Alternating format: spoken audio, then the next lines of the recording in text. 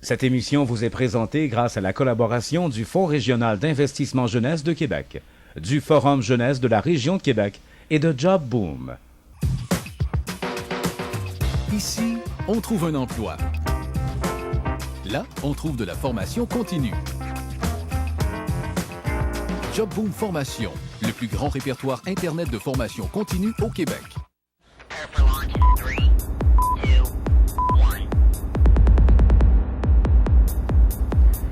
Les jeunes apprennent en technologie minérale l'étude des minéraux.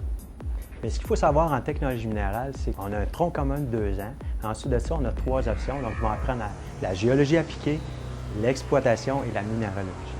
Donc, qu'est-ce que c'est? Le tronc commun, donc, ils vont apprendre à étudier les minéraux, à les identifier, à savoir leurs caractéristiques pour en venir à une identification. Ils vont regarder les roches, identifier les roches aussi. En exploitation, qu'est-ce qu'ils vont faire? Ils vont aller sur le terrain, puis ensuite de ça, ce qu'ils vont faire, ils vont la faire sauter, cette roche-là, et pour l'amener ensuite de ça au traitement. Donc, ils vont réduire la roche, mettre ça dans des camions, puis envoyer ça pour le traitement. Au traitement, qu'est-ce qu'ils vont faire? Ils vont encore réduire la roche pour essayer d'enlever le petit grain qui est bon, là. Ils vont le récupérer, puis ce qui n'est pas bon, bien, ils vont le mettre de côté. Ils vont travailler dans les carrières, dans les mines. Ils vont travailler dans des travaux de chantier. Ils peuvent travailler pour la SEBJ. Ils peuvent travailler au coin de la rue chez vous. Puis, tu n'en auras pas connaissance, mais ils sont là. Ils travaillent là.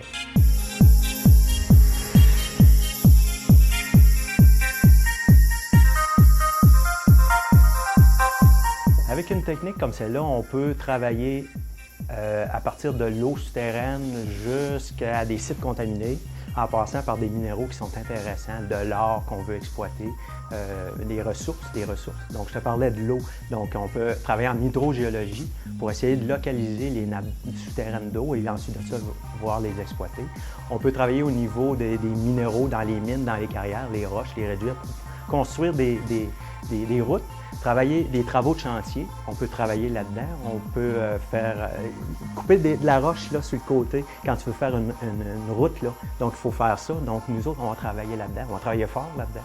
Et puis ensuite de ça aussi, on peut traiter justement ces roches-là, les réduire pour l'utilisation dans les routes, pour justement aussi extraire aussi des minéraux qui deviennent des métaux qui vont être utilisés un peu partout dans ta cuisine, dans le fond.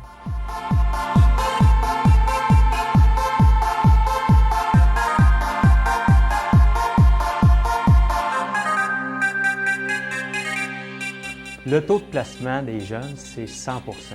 Donc, les entreprises viennent ici, même lors de stages. On a 2 stages ici qui sont rémunérés. Ces stages-là peuvent rapporter à l'élève jusqu'à 10 000 $ et plus. Donc, ce qui est vraiment intéressant. Et ensuite de ça, bien, les employeurs viennent chercher nos élèves, les amènent en stage pour ensuite de ça pouvoir les récupérer, comme on pourrait dire, et les engager par la suite. Oui, donc, le taux de placement, c'est 100 %.